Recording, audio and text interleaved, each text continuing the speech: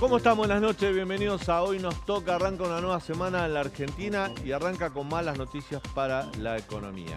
Hoy el dólar superó esa barrera de los 230 pesos, 232 pesos el dólar blue. También subieron los dólares financieros. El riesgo país encima de los 2.400 puntos. El Banco Central tomó una serie de medidas para regular las importaciones. Les pidió a las empresas que se financien con dólares propios. Realmente hay una situación dentro de la macroeconomía que es muy, pero muy delicada. Eso vamos a hablar en el segundo bloque con Gabriel Rubinstein, un economista que nos va a visitar, y con él vamos a hablar sobre qué está pasando con la macroeconomía, qué está pasando con el plan del gobierno, funciona, no funciona, qué pasó con el acuerdo con el Fondo Monetario Internacional. Lo que se ve todavía, uno no puede hacer una lectura de la economía sin hacer una lectura política, ¿no? En este momento la presidenta de la Nación es Cristina Fernández de Kirchner, que ni siquiera está en Buenos Aires, y el presidente por supuesto está en el G7 cumpliendo con un encuentro internacional, pero de alguna manera la que está a cargo del Poder Ejecutivo es una de las críticas más feroces que tiene el propio ministro de Hacienda, que maneja la economía, que es Martín Guzmán. Se rompieron todos los acuerdos entre los sectores que conformaban el Frente de Todos y se tiran con todo. Incluso critican al gobierno funcionarios que están dentro del mismo gobierno, del área de economía, del área de energía, incluso del área social. Dirigentes de organizaciones sociales que están de los dos lados del mostrador critican algunas posiciones del gobierno. Es muy raro lo que pasa.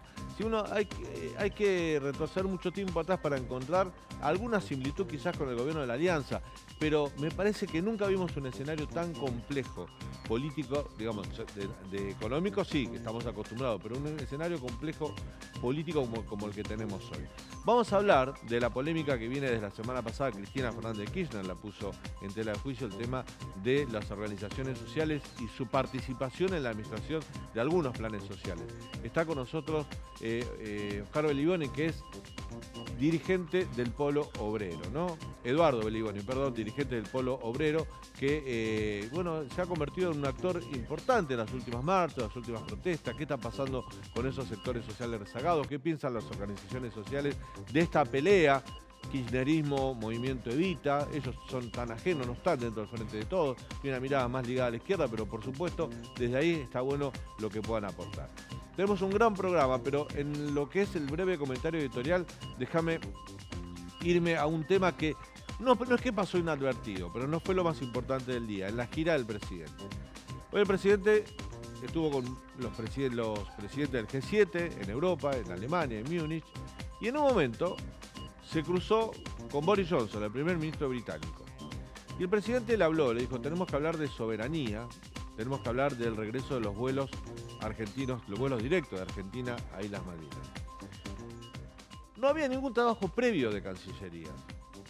Es muy difícil que la Argentina solucione sus problemas, quizás el problema histórico más grave que tiene su soberanía, que lo es sin duda, como es el tema Malvinas, encontrándose en un pasillo y diciéndole al primer ministro británico, sea quien fuera, laborista, conservador, liberal, decirle, ¿y por qué no hablamos del tema Malvinas? Porque ya estamos a esta altura, después de 40 años, tenemos que hablar de soberanía. No se solucionan en el mundo diplomático las cosas así.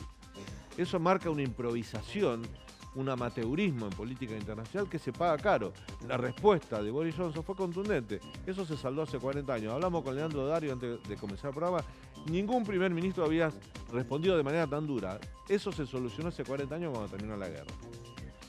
Pero ¿por qué hace esto Alberto Fernández? ¿Por qué hace lo que hacen todos los presidentes cuando la economía no le da? Cuando los problemas económicos y sociales en un país empiezan a afectar, y como está afectando duramente la credibilidad del gobierno, la imagen del presidente, las posibilidades electorales, se malvinizan. Siempre pasa lo mismo. En todos los gobiernos, cuando empiezan las crisis, lo más económico parece ser levantar la bandera, apelar a la sensibilidad emocional de la sociedad y hablarnos de Malvinas, de recuperar de la soberanía. Nosotros, 40 años después de culminar la guerra, estamos más lejos de Malvinas que nunca. Nunca, no lo hemos hablado esto ya acá en el programa. Argentina no tiene vuelos directos a Malvinas. Hoy un familiar que tiene que ir de un familiar de un caído sepultado en el cementerio de Darwin, que quiere viajar a las islas, tiene que ir a Río Gallegos. Esto empezó esta semana, después de 2 años y pico de estar interrumpido. Esperar un vuelo de LATAM que sale de Punta Arenas, que hace una escala a Río Gallegos todos los sábados e ir a Malvinas. Quedarse una semana en Malvinas y volver en ese vuelo hasta Río Gallegos y después venir o quedarse a su provincia. No, había una vez alguna intención de un vuelo que iba a Malvinas desde San Pablo, que hacía escala en Córdoba, duró muy poco. No hay vuelos directos. Yo he tenido la posibilidad de cubrir para el diario de La Nación, viajé 3 veces a Malvinas, siempre con vuelos charter, que son vuelos por misiones humanitarias, por la identificación de los cuerpos de los soldados en Malvinas, por la exhumación de los cuerpos de los soldados caídos que no habían sido identificados, siempre por cuestiones humanitarias. No hay vuelos comerciales directos.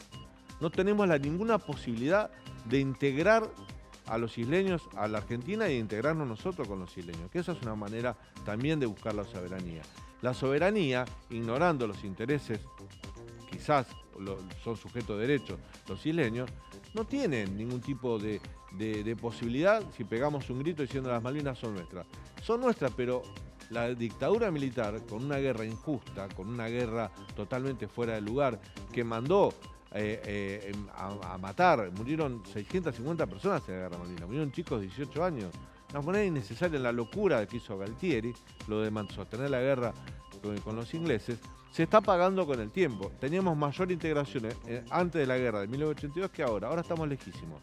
Pero todos los presidentes que vinieron, democráticos, apelan al discurso malvinero para buscar la sensibilidad social, para tapar los problemas económicos.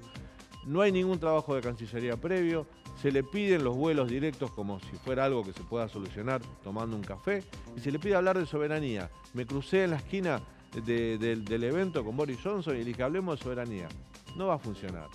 La verdad que eso es para la foto, para que Casa Rosada mande una gacetilla y que los periodistas recibamos que el presidente pidió hablar de soberanía. Es la nada misma, es cháchara, es humo, como decimos a veces comúnmente. Y de esa manera me parece que es la peor forma de no respetar a los chicos que murieron en la guerra Malvinas, de no respetar a nuestros muertos, a la gente que combatió en una guerra injusta, pero que combatió al fin, que puso todo lo mejor de sí, a los familiares de ellos que están esperando la posibilidad de acercarse, de poder viajar, de poder visitar las tumbas de sus seres queridos, a cualquier argentino que quiere ir a ver de qué se trata Malvinas.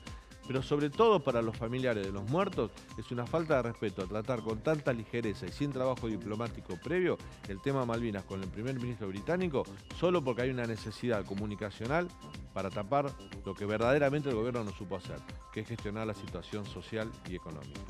Quédate con nosotros hasta las 22, esto Hoy Nos Toca. Pude plantearle al mundo cómo el continente padecía los efectos de esta guerra. Pude reclamar algo que vengo reclamando hace tiempo, que es que todos nos pongamos a trabajar para que esta guerra termine cuanto antes.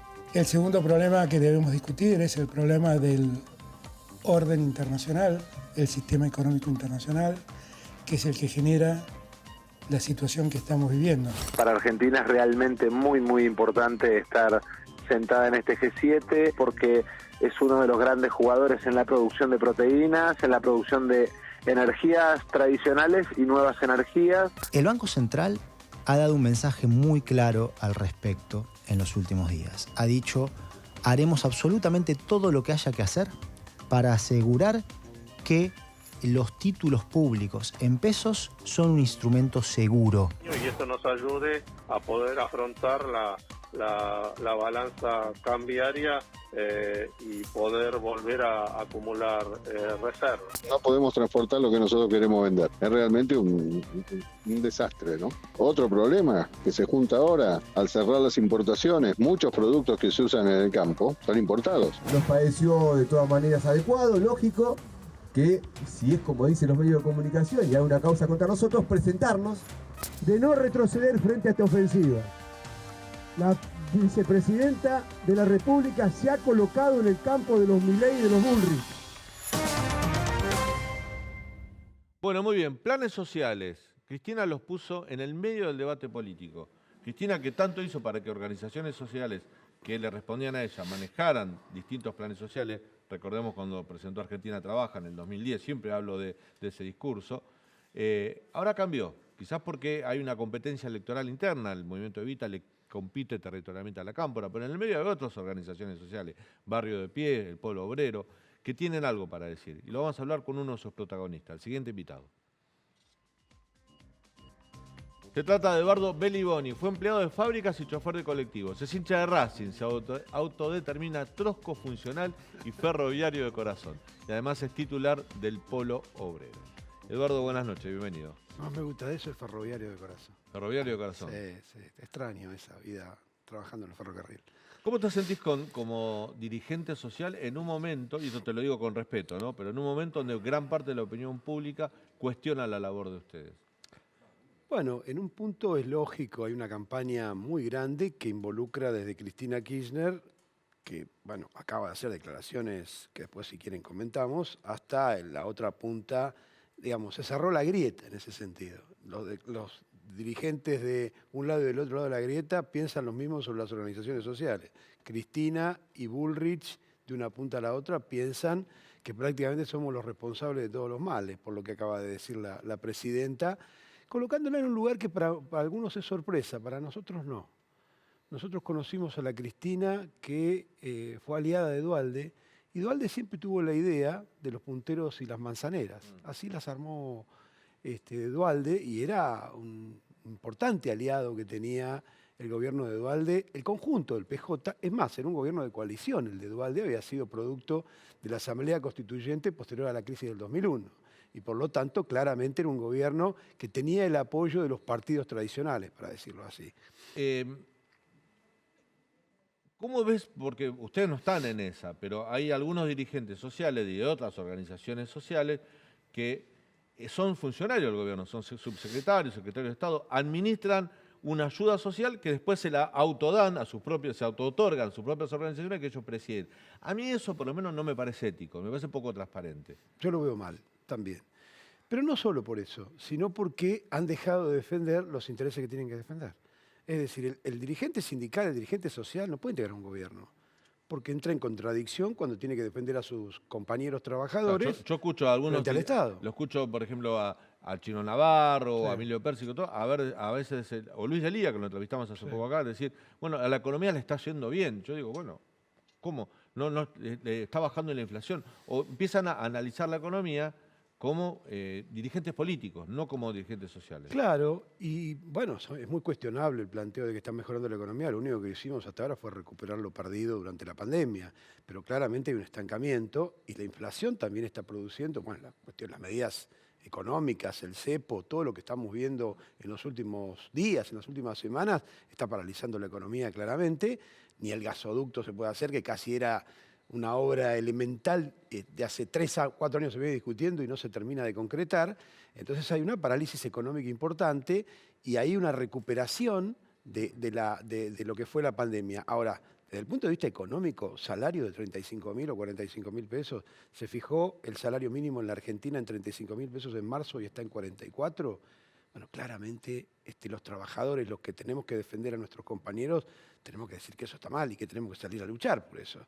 Bueno, hoy tenés todos los jubilados que cobran la mínima, que Claro. son más de 3 millones, están debajo de la línea de indigencia. No solo de la pobreza, porque Totalmente. ni siquiera alcanzan el mínimo para no ser indigentes. Eso le fuimos a plantear a la CGT y a la CTA cuando tuvimos un pedido de reunión que le hicimos. Le dijimos que no podía ser que el salario en la Argentina fuera la variable de ajuste. Era una vieja frase que ya casi no se usa. Yo la he vuelto a usar a ver si la puedo poner de moda otra vez. Pero en una época se hablaba que los salarios no podían ser la variable de ajuste. Bueno, no pueden ser la variable de ajuste, ni los salarios ni las jubilaciones. Y los trabajadores tenemos que luchar por defender el salario. Esa es la primera obligación que tiene un dirigente sindical social. Después tendrá una idea política, después podrá adherir a un gobierno. Integrarlo me parece que está mal, porque ahí sí está de los dos lados del mostrador. En el caso de las organizaciones sociales, más claro que nunca. Está del lado de que se otorgan las ayudas sociales y tiene una organización social que recibe esas ayudas sociales. Ahí hay una incompatibilidad evidente. Cristina quiere que los planes sociales los manejen los intendentes. Digo, eso tampoco a mí, esto es una opinión mía, tampoco me garantiza una mayor transparencia, sobre todo ante un año electoral. Se viene lo que se llama clientelismo político. La izquierda siempre denunció clientelismo político, que en general lo hacía el peronismo, sobre todo no solo acá en el conurbano, sino en provincia del NOA, del NEA. Yo lo he visto, es terrible como, sobre todo a los pueblos autóctonos, pueblos originarios, cómo los explotan, digámosle, cómo los clientelizan de la peor manera. Pero ustedes de la izquierda también fueron acusados de quedarse con una parte de lo que cobra cada plan. Sí, se armó una gran bola de nieve con todo esto, con una cosa que es muy sencillo, lo he explicado muchas veces y no tengo problema en explicarlo todas las veces que sean necesarias. Hoy fuiste a la justicia. Hoy fuimos a ver que había finalmente, después de tanto humo, que había efectivamente en los tribunales, porque acá se habla por los medios, habla un abogado, habla un opinador en la televisión. Bueno, pero a nosotros no nos había llegado ninguna imputación, ninguna observación de la justicia, ningún reclamo, así que nos fuimos a presentar. Como no tenemos nada para perder, la gente de bien se sienta frente al juez y le dice, señor, ¿usted qué tiene algo para decirme a nosotros? ¿Qué es lo que tiene para imputarme? ¿Qué es lo que tiene para reclamarme? Por ahora hay 2 denuncias. Una del fiscal Marijual, que no actúa como fiscal, sino que actúa a partir de que se levantó una mañana y leyó el diario, porque en su testimonio que se presentó en la justicia dice el diario tal dijo tal cosa, el diario tal dijo tal otra, entonces vengo a hacer una denuncia. Bueno, que eso tendrá derecho, el fiscal de la causa es el fiscal Delgado, así que actuará y nosotros nos presentaremos. Pero, a ver, ¿cómo se organiza un comedor popular? Porque ¿de dónde sale este tema de los fondos? Sale de una pregunta que le hicieron a Gabriel Solano. A Gabriel Solano le preguntaron porque que cada integrante o cada beneficiario de un plan social que integra el pueblo obrero daba el 2%, o sea, una parte a la organización. Claro, lo cual no se entiende bien qué quiere decir, porque la gente que está en un comedor popular se organiza a través de una asamblea. En la asamblea se discute qué hacemos con el hambre que hay en los barrios.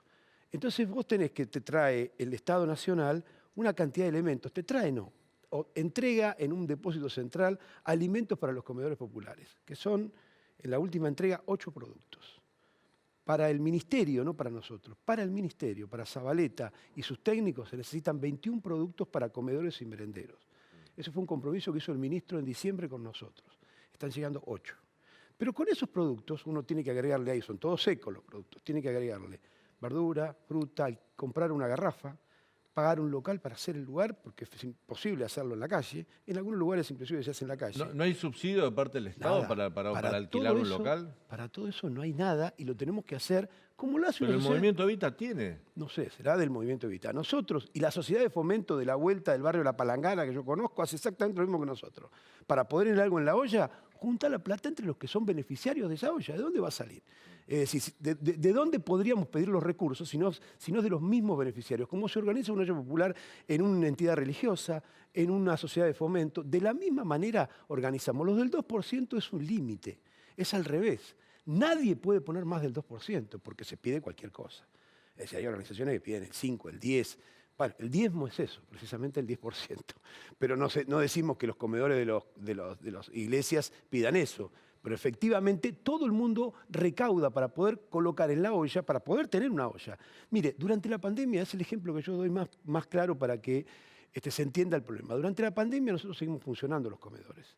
Al punto que hay compañeras que fallecieron por COVID, porque se tuvo que seguir haciendo la comida, porque bueno, la gente tiene que comer. ¿Sabe cuántos litros de alcohol y barbijos nos dio el Estado para esa tarea, que es una tarea comunitaria? 0. Los tuvimos que comprar nosotros. Compramos los barbijos y compramos el alcohol y compramos la lavandina con la que limpiar todo. Porque había que atender una población necesitada que estaba abandonada por el Estado. Yo llegué a hacer un video que salió también en un diario, en un portal, de cómo se fabricaba una careta.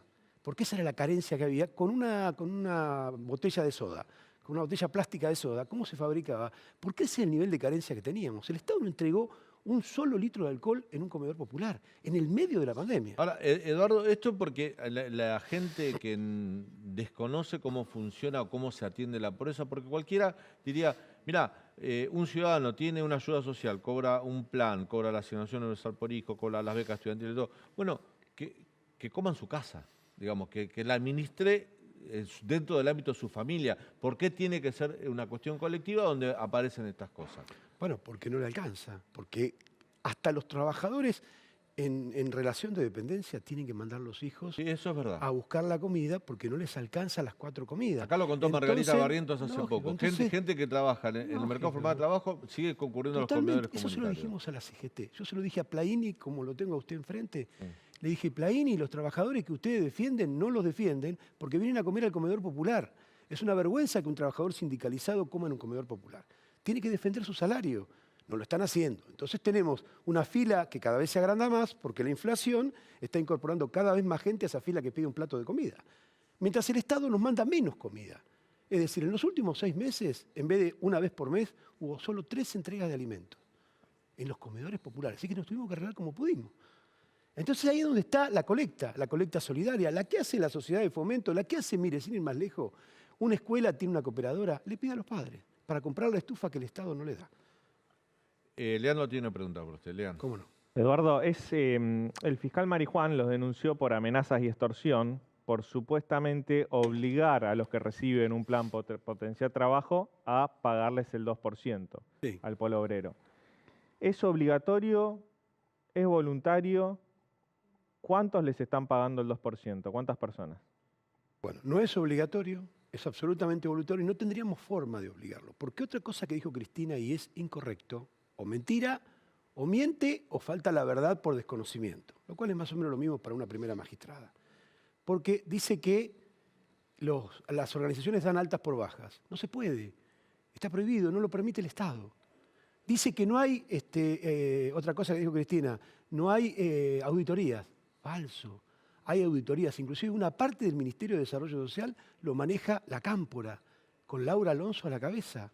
¿Es cierto que del polo obrero 60.000 personas reciben el potencial trabajo? Hay 60.000 o más, no sé, porque no los tenemos contados, de gente que se organiza con el polo obrero. No lo recibe ni del polo obrero porque cobra con una tarjeta y nosotros no somos un ente recaudador, es decir, no somos como una empresa. ¿Por qué Cristina dice que específicamente ese plan, el potenciar trabajo, lo manejan las organizaciones sociales? ¿Ustedes no deciden quién lo recibe? No, el que decide quién lo recibe es el Ministerio de Desarrollo ¿Y Social. por qué Cristina dice que justamente ese plan es el que le molesta a ella, que maneja las organizaciones Porque Cristina sociales? tiene primero un interés político. Vamos a empezar por el principio. Cristina está intentando despegarse del gobierno, como si no fuera parte del gobierno.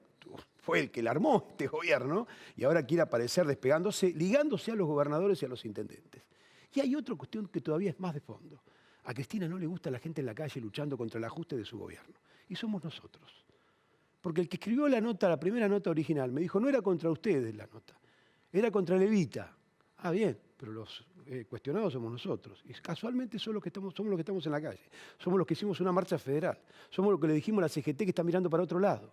La CGT es aliada del gobierno y en muchos casos es aliada de Cristina directamente. No les ha gustado nada toda esa política que nos dimos, porque nosotros tenemos que unir a los trabajadores para enfrentar este ajuste. Es un ajuste salvaje que manda al fondo y que pagamos los trabajadores. Por eso también hay una oposición política de Cristina y finalmente vuelve a sus orígenes. Es decir, vuelve a la idea de hacer los acuerdos con los punteros, de hacer los acuerdos con los intendentes, para manejar el territorio que ha perdido. No hay que olvidarse que el peronismo perdió 6 millones de votos. En La Matanza, un territorio históricamente peronista, nosotros avanzamos, quiero decir, la izquierda, nosotros tenemos un enorme polo obrero, hay más de 100 comedores en La Matanza, tenemos un enorme polo obrero y además tenemos una intervención política y por primera vez en la historia hay 2 concejales del Partido Obrero en La Matanza. Eso le preocupa mucho a los intendentes, le preocupa mucho a Cristina, eso es lo que también está en juego en esta intervención de Cristina, que la une, le reitero, a Bullrich y a Milei. Una de las preocupaciones que según trascendió tiene Cristina es la posibilidad de un estallido social. Se habla de agosto, como una fecha posible, agosto, septiembre, que Cristina ve venir un escenario conflictivo. O sea, hoy hay una crisis económica, es palpable, la sabemos, vivimos hablando de eso, pero ya con mucha gente en la calle, quizás con alguna especie de estallido. Vos sos un referente social, estás en la calle. ¿Puede pasar eso o la gran cantidad de planes sociales que hay pueden servir como una red de contención?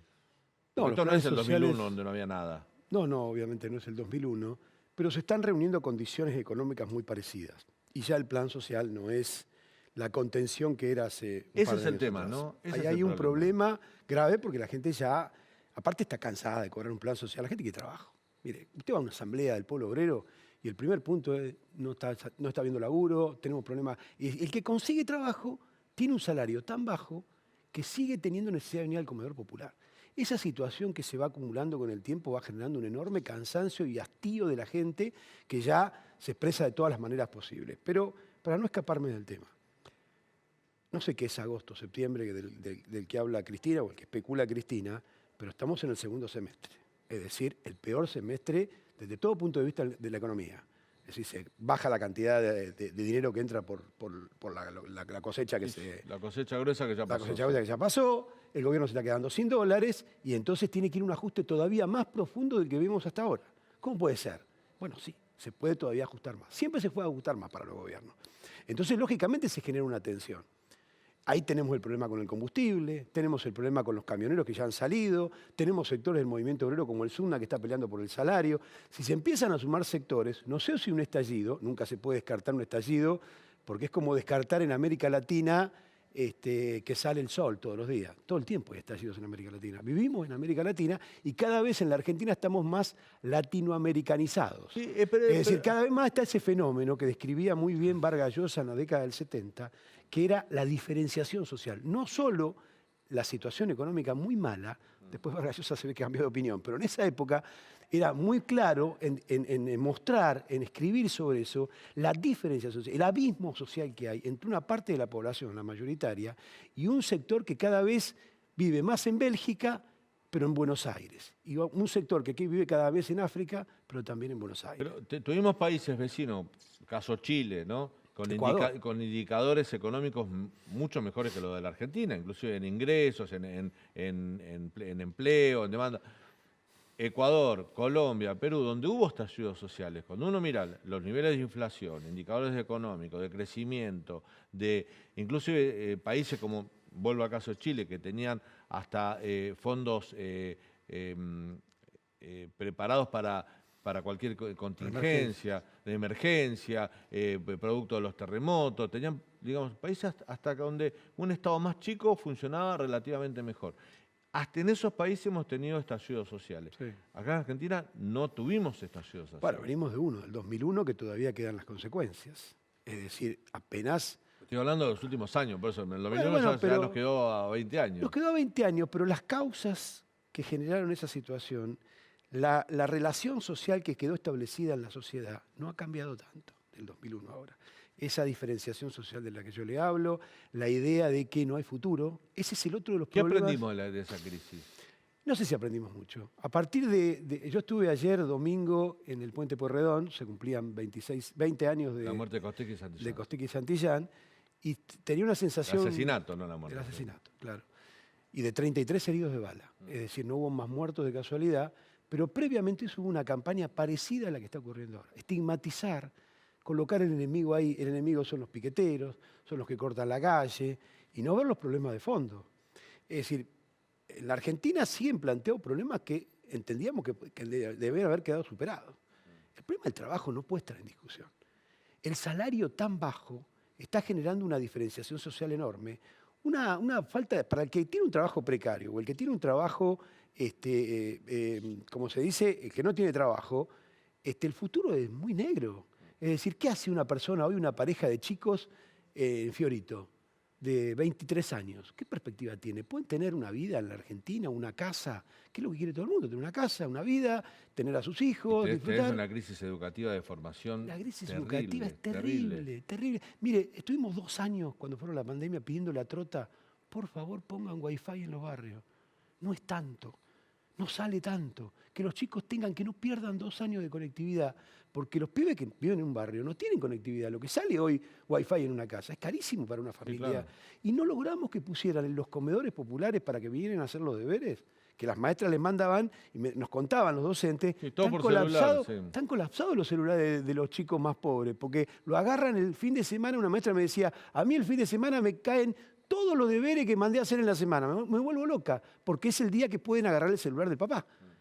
¿Por qué esa diferenciación en el que hay alguien que tiene tanto acceso a la educación, tanto acceso a la virtualidad? Hoy la virtualidad es todo, todo. Si no tenés virtualidad estás perdido en la vida, en la sociedad, en la cultura, es el acceso a todo. Eduardo, yo nunca te había entrevistado, te escucho hablar, pero soy un tipo amplio, tenés tu ideología, tu formación, sabés cuáles son los intereses que defendés de acuerdo a tu mirada. Pareces un tipo democrático, te lo digo en todo sentido. Hasta democrático. No, hasta no. Democrático en el sentido que podemos debatir, sí, charlar. ¿Por qué te molestó que fuera García Moritán el otro día al Obelisco No, a a mí no hablar? me molestó, al revés. Se te vio enojado. No, yo estaba enojado con las compañeras, porque lo empujaban. García Moritán Bueno, tiene que ser honesto. ¿Vos no fuiste que dijo no hablen con un porque habla con un cheto? ¿No saca No, foto eso es con un mentira. cheto? No le dije, lo pone ahí, Sí. y lo ponen ahí, pero yo no dije eso, lo dijo otra persona. Pero yo, si García Moritán es honesto, Sí. tiene que reconocer que yo lo primero que hice cuando vi, yo no estaba ahí, vi al final, Sí. porque era una actividad de las mujeres. Lo vi ahí y vi que estaban en algunos... Pero yo no lo digo por defender a García Moritán. Digo, cualquier otra Si persona. él es honesto, tiene que reconocer Sí. que yo le di la mano.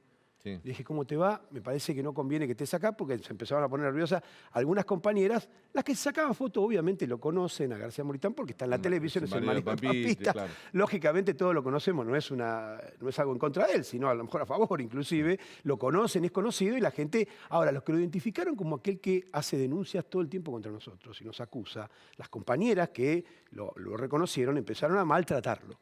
Yo me puse en el medio.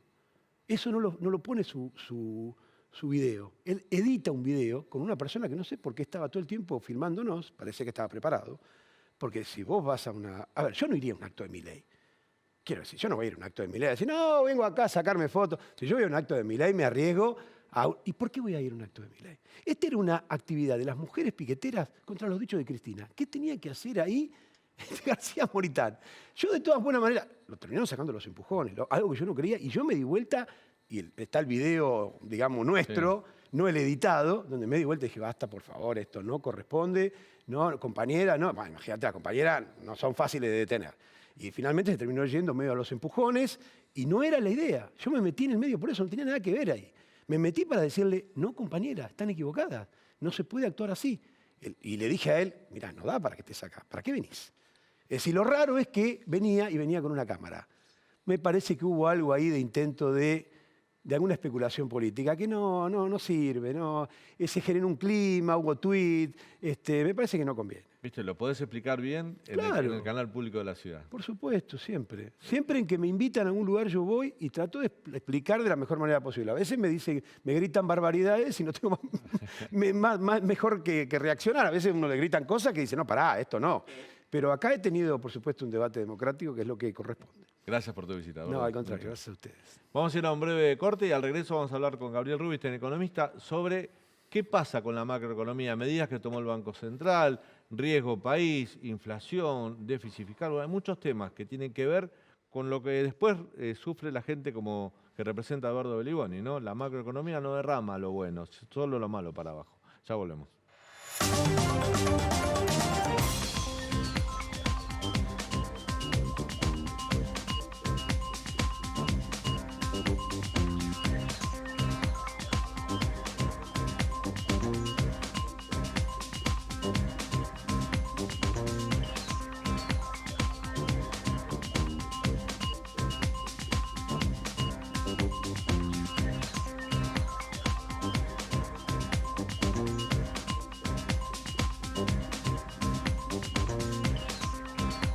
Si no tuviéramos una larga historia de días negros para la economía, podríamos decir tranquilamente, hoy la economía sufrió un día negro, pero a lo mejor, Leandro, podemos decir que fue un día más negro de lo habitual, ¿no? Sí, bueno, el dólar blue, el dólar paralelo, llegó a 232 pesos, el riesgo país perforó los 2.400 puntos y continúan las dudas sobre si el gobierno va a poder financiar la deuda en pesos emitida por el Tesoro. Tiene mañana una licitación bastante desafiante, en un contexto en el cual muchos fondos comunes de inversión están desarmando inversiones, posiciones y están vendiendo los bonos SER, que son los bonos en pesos ajustados por inflación. Pero los está comprando el Banco Central. Los está comprando el Banco Central con emisión. Con emisión, claro. Con emisión. Y hoy llega esta medida del Banco Central, que la veníamos adelantando en el programa, que es pisar las importaciones. El gobierno tenía un problema que es pocos dólares y ahí hay una manta corta, que es o vos devaluás y haces más difícil el acceso a los dólares, o pisás las importaciones, que también es otra forma de administrar el comercio y administrar la malaria de dólares que hay hoy en el Banco Central, que está perdiendo reservas justamente en un semestre en el cual vos tenés la liquidación de la cosecha gruesa del campo. Hoy salió el comunicado del Banco Central que básicamente se suma una medida que había tomado en marzo, que en marzo había hecho un sistema por el cual liquidaba divisas a los 180 días. Eso había generado problemas en importadores de café, por ejemplo, Bueno, ahora incluye también a los servicios, a las importaciones que sean con licencia no automática, y dice que esta es una medida por 3 meses. Nosotros en Argentina tenemos una larga historia de medidas económicas transitorias que luego quedan en el tiempo, ¿no? Bueno, Hay que ver si el son IVA al 3 meses. 21%, el impuesto a la ganancia, bueno, un montón El impuesto al el cheque. impuesto al cheque, que era también transitorio. Así es. Bueno, muy bien. De todos estos temas lo vamos a hablar con un especialista, el siguiente invitado.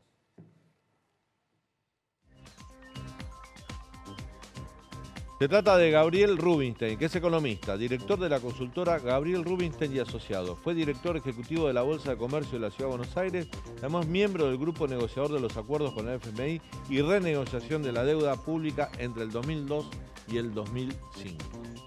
Gabriel, buenas noches, bienvenido. ¿Qué tal? ¿Cómo te va? Bueno, Leandro hizo ahí un preámbulo, una presentación, ¿no? Estamos mal. Seguimos estando mal. Es una economía que tiene una situación como de crisis crónica, no una crisis súper aguda, pero una crisis crónica y una frustración crónica. En ese margen el gobierno actúa y trata de solucionar problemas puntuales que a medida que se van presentando, ¿no? El tema de los bonos en pesos, ¿no? Hoy lo entrevisté en la radio a la tarde a Roberto Kastanowski, que me decía que la deuda con los bancos es cada vez más grande en pesos que tiene el Banco Central. Pero yo no lo veo como tan problemático el tema. El tema de la deuda en pesos debería ser el más manejable de todos. Porque lo que puede pasar es que empresas y particulares... Pero no son esos pesos que es el que toma deuda el central de los bancos, ¿no son pesos de la gente? ¿No son plazos fijos? ¿No son...? Hay una contrapartida en depósitos de los bancos que tiene activos públicos, entre ellos las LELIQ.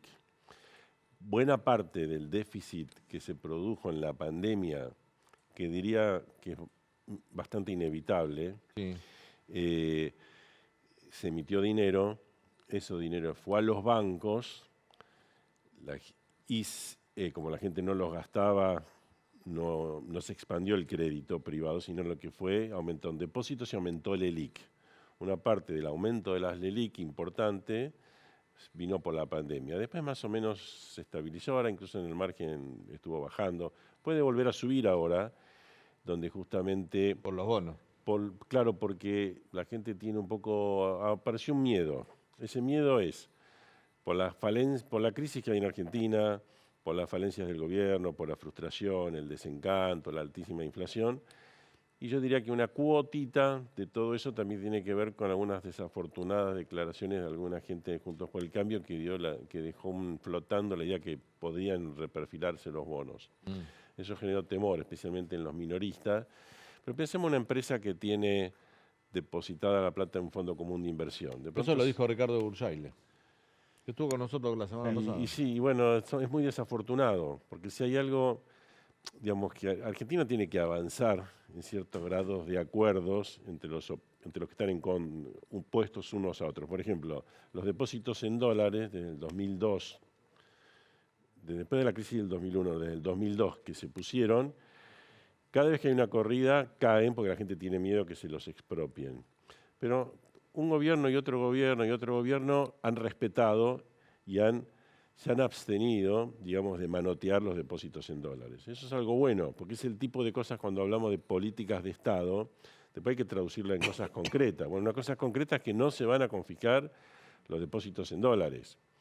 Bueno, de alguna manera también una política concreta sería no se van a reprogramar los bonos en pesos, porque en última instancia hay que entender que hay un mecanismo que le quita dramaticidad al problema. Si vos, por ejemplo, sos una empresa que tenés una plata en un fondo común de inversión y la sacás porque tenés miedo que te lo reperfilen, con esa plata la llevás al banco. Entonces, el depósito en el banco crece. Entonces, el Banco Central, vía LELIQ, vía pases, vía encajes, los puede esterilizar, los puede hacer que, digamos, que se canjee una deuda en un bono público por una deuda en un bono del Banco Central, sin afectar el crédito privado, sin afectar nada. Es como diciendo, bueno, si la gente tiene un poco de miedo a los bonos públicos, deposita la plata.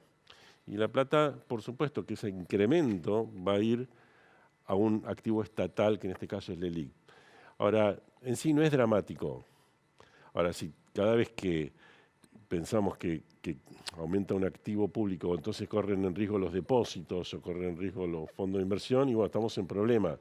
Ahí la misión del Banco Central y del gobierno de Guzmán es explicar bien cómo son las cosas y también buscar apoyos políticos en la oposición en esto que no debería ser una fuente de discusión, que discutan otras cosas, pero no esto. Esto no debería estar en la discusión de decir si vamos o no a respetar la deuda. Bueno, estamos siempre discutiendo si se respeta. De todas maneras, ese sería un escenario donde uno dice, deberían buscar apoyo dentro de la oposición, que la oposición, por ejemplo, con el acuerdo con la FMI se lo dio. Y bueno. Pero el problema es que no lo tiene adentro de la propia coalición oficialista. La oposición. Bueno, lo que pasa es que, ahí Cristina, debe tener un matete en la cabeza enorme, Cristina, porque escucha cosas de un lado y del otro y dice cosas como que la inflación es culpa de, no sé, de la evasión.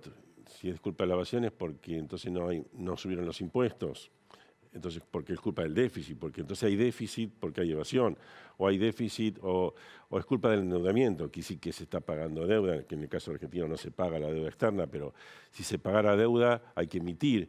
Entonces, por un lado, da a entender que hay problemas fiscales que producen inflación, pero después dice que el déficit fiscal no produce inflación. O sea, esa señora tiene un matete en la cabeza muy grande. Vos hace tiempo que venís alertando sobre el nivel de las reservas del Banco Central. Me acuerdo desde el año pasado más o menos, los informes de tu consultora ponían la lupa ahí. ¿Cómo estamos ahora de reservas? Creo que tenemos una placa basada en uno de tus informes. ¿Cuál es el nivel de reservas actual y qué podemos esperar de acá el segundo semestre, que es cuando se liquidan menos agrodólares? Las reservas son muy bajas y estamos más o menos 3.000 millones abajo de lo que deberíamos estar para esta época. ¿Lo cumplimos con la meta que tenemos con el FMI en reservas? Ahora Las metas ya se cambiaron. Las metas del segundo trimestre se cambiaron y tampoco vamos a cumplir las que se cambiaron. Tenemos la placa de justo... Sí. Justo aborda lo que vos venías contando, que estamos abajo 3.000 millones de dólares, con un objetivo al 30 de junio de juntar 6.300 millones de dólares. Eso ahora, lo que preocupa es el segundo semestre, ¿no? Eso se está relajando, pero igual tampoco. Y la meta de 5.800 para todo este año, no veo que se vaya a cumplir. Ahora, por eso el gobierno actúa desesperadamente. No, pero una pregunta, ahora continúas, Gabriel. Digo, no cumplir con estas metas, ¿te puede perjudicar los reembolsos futuros del FMI? ¿Te pueden castigar? Lo que pasa es que ahora se están renegociando las metas trimestrales y el gobierno se comprometió a cumplir la meta anual. El problema es, el fondo vos estás con el fondo y entonces vos decís, che, no estás cumpliendo la meta. Entonces, bueno, ¿y qué haces? Porque también suponete que vos le dijeras al fondo, che, fondo, ¿qué harían ustedes? Pues después entonces que vamos a devaluar y estamos con una inflación galopante, vas a meterle más nafta al fuego. Entonces aparecen estas medidas que son de restricción, que pueden ser el tipo de medidas que están tomando ahora, o puede haber medidas de restricción de viajes y esas cosas, o directamente, que yo creo que a esta altura sería mejor, sería desdoblar el mercado cambiario y buscar un sistema malo, pero no tan malo como el cepo actual, que permanentemente te genera una incertidumbre enorme, ¿no? ¿Desdoblar en qué sentido? Desdoblar en el sentido que la parte comercial vaya por un mercado comercial. Ahí puede haber alguna que otra restricción, pero en otra época había aumento de aranceles, está el tema de licencias no automáticas, pero en esencia, exportaciones e importaciones se liquidan por el comercial y todas las demás operaciones van al financiero. Por ejemplo, turismo. Sí. Por supuesto que habría una presión sobre el contado con liquidación, que es lo que vimos hoy. Pero al mismo tiempo el Banco Central se ahorraría en el sentido de no daría reservas para esos fines. No daría nada, ni para el dólar ahorro, ni para el dólar de tarjeta, ni para el dólar turismo. Nada de eso saldría del Banco Central, que es mucha plata. Ahora, olvídate un poco del acuerdo con el FMI, porque la sensación me parece que el FMI no va a hacer nada para empujar a Argentina a una crisis. Lo que pasa es que en el segundo semestre no tenemos la liquidación tan fuerte del campo, tenemos mucha salida de dólares por turismo y en noviembre y diciembre está el Mundial. Y ya tuvimos en 2018 un montón de argentinos yendo al Mundial, gastando y siendo eso una salida de dólares. ¿Cuál es el escenario que vos ves en cuanto a las reservas del Banco Central en ese segundo semestre y si crees que puede haber una disrupción financiera? Yo creo que de una u otra manera van a venir restricciones. O te van a aumentar el impuesto país, o te van a aumentar las restricciones de tarjetas, o la parte impositiva que después tenés que recuperar por las tarjetas de crédito, o directamente, no sé por qué no han pensado más seriamente en un mercado, como te digo, desdoblado, donde si la gente quiere viajar, que viaje con sus propios pesos o sus propios dólares, pero que el Banco Central no te los da. Vas al mercado financiero. Podés tener un problema de brecha en aumento, pero al mismo tiempo ahí hay una doble cuestión. La brecha aumenta porque si a vos no te dejan el dólar oficial, vas al dólar paralelo, al contado con liquidación, y aumenta. Pero a la medida que también veas que aumentan las reservas del Banco Central, eso también puede moderar la expectativa. Y finalmente, como estamos hablando de stocks, de pesos y dólares, va a empezar a jugar con el correr del tiempo, bueno, ¿cuál va a ser el próximo gobierno? ¿Qué piensa hacer? Se supone que si gana Juntos por el Cambio, va a tener una política fiscal más austera que la que tiene este gobierno. Van a ir más rápido al equilibrio fiscal.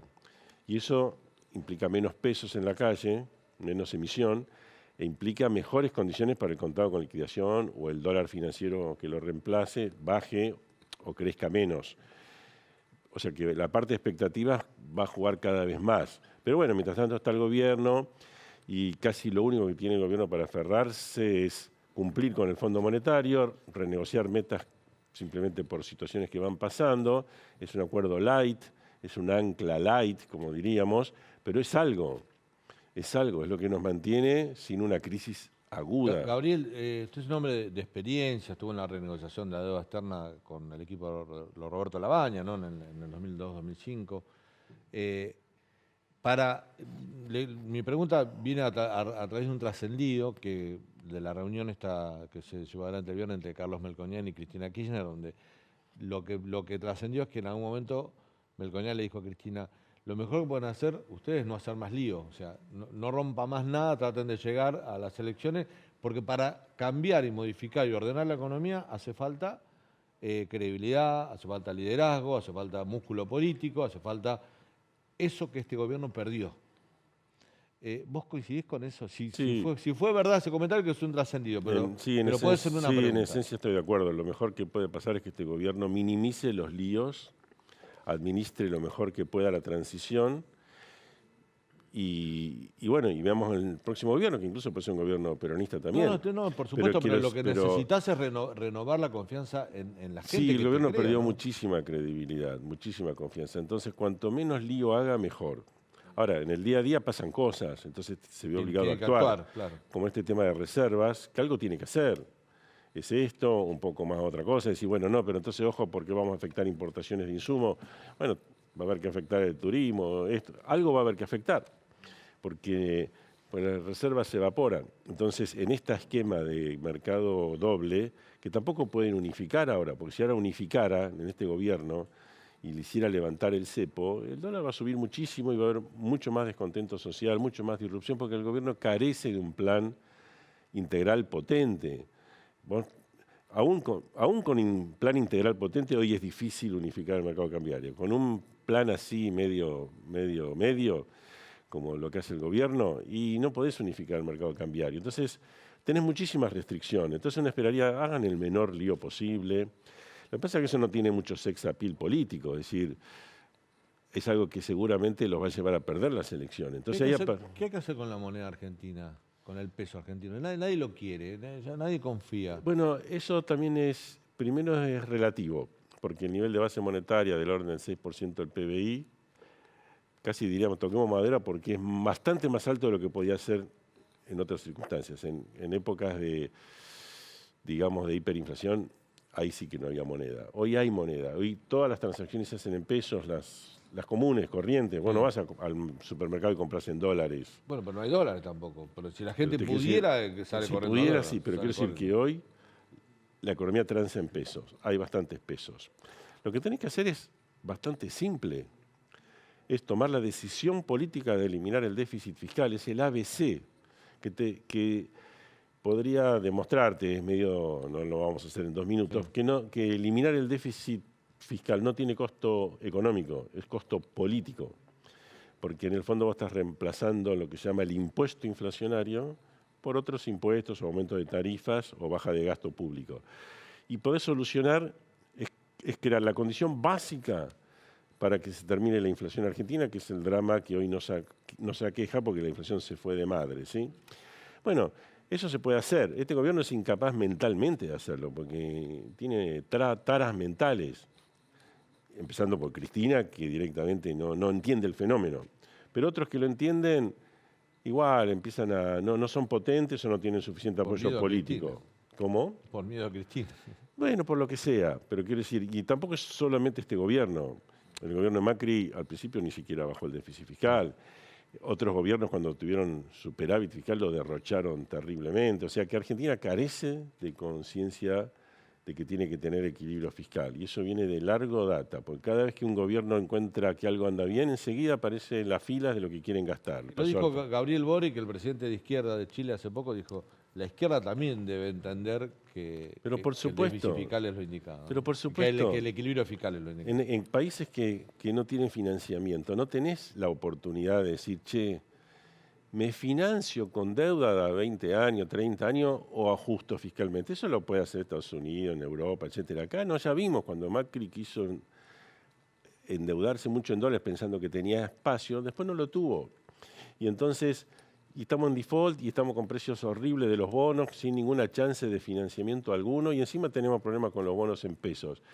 Entonces, es obvio que hay que eliminar el déficit fiscal, y eso no tiene costo, porque todo el mundo paga el impuesto inflacionario, que es la erosión del valor de la moneda.